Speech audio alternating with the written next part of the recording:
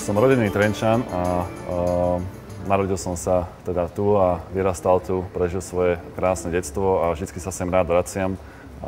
Samozrejme mi to veľmi prijalo k srdcu a Trenčín vždy bude môj domov a tým pádom som vždy veľmi rád, keď sa vraciam a vidím, aké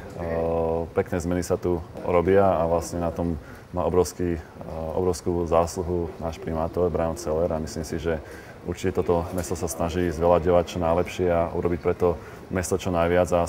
pre samotných ľudí, takže